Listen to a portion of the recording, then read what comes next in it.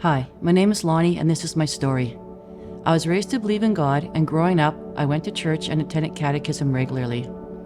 Starting my early 20s, I only sporadically attended church. I had faith but didn't have a relationship with God. I'd never really read my Bible at all at this point, and my prayers were not personal. Eventually, I got married and had children, and at that time, still I did not attend church regularly. I never realized at the time, when a neighbor suggested to me to send my daughter to a Christian school, that this was part of God's plan. One of the moms of my daughter's kindergarten class invited me to join her at Oasis. It was a perfect fit for me. That was almost 16 years ago. I've attended Oasis pretty regularly since then. With time, I got into reading my Bible, but never really got past the Gospels. I prayed for God to put a hunger in my heart to read His Word and for me to have a better relationship with Him. God answered both of those prayers, but certainly not how I had expected. Unfortunately, my marriage ended when my husband no longer wanted to be married to me. I was devastated and broken and in a very dark place. I felt desperate for relief from the pain, and the only solace I could get was through my Bible and prayer. At that time, I cried out to God like a father, talked to Him constantly, even questioned Him. I spoke to Him like He was in the room with me. It was in my darkness and brokenness that I got to know God, and He did answer me. Often when I prayed, or rather lamented, I would just cry out, God, I just want to know You're with me.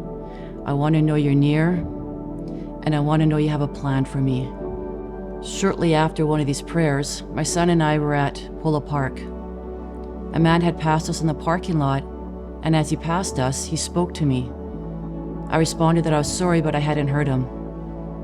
He then said again to me, "The Lord be with you." My son and I just looked at each other in astonishment, knowing that this was from God, and He was letting me know He was with me. Another time God showed up for me was at a time I was feeling really depressed and hopeless.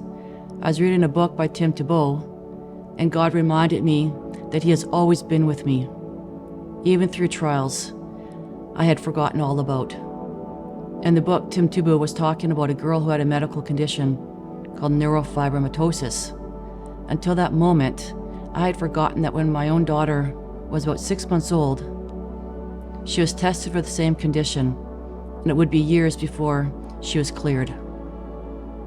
I remembered the despair I felt when I was first given that news. This was the first time in years that I thought about this, and what confirmed that God was speaking to me through this story was that the girl in the book had the same first name as my daughter. These are just two examples of God's goodness to me over the last couple of years. He also provided me with a wonderful support system, a group of Christian friends, many of whom are here today, who make sure I never feel alone. One thing that has helped me along the way is God is always on the throne. Knowing that God is in charge of my life always gave me hope for my future. And though having a relationship with Christ has not changed my circumstances, it has changed me. I've always wanted to be like Apostle Paul, who is joyful despite his circumstances, even in jail. I feel that as my faith gets stronger, I become more like Paul.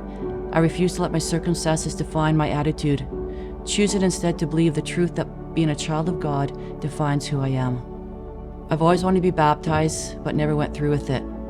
The last few years, I would tell myself, I will do it when my life gets better. A few weeks ago, after the church service, Dustin was standing a few feet away from me, and I felt the urge to tell him that I wanted to be baptized. I realized that whether or not my circumstances change, I will always love God and put my faith in Him. My relationship with God is what matters most to me, and I want to acknowledge it publicly. And that is why I'm here today, to publicly declare my faith and commitment to God through baptism.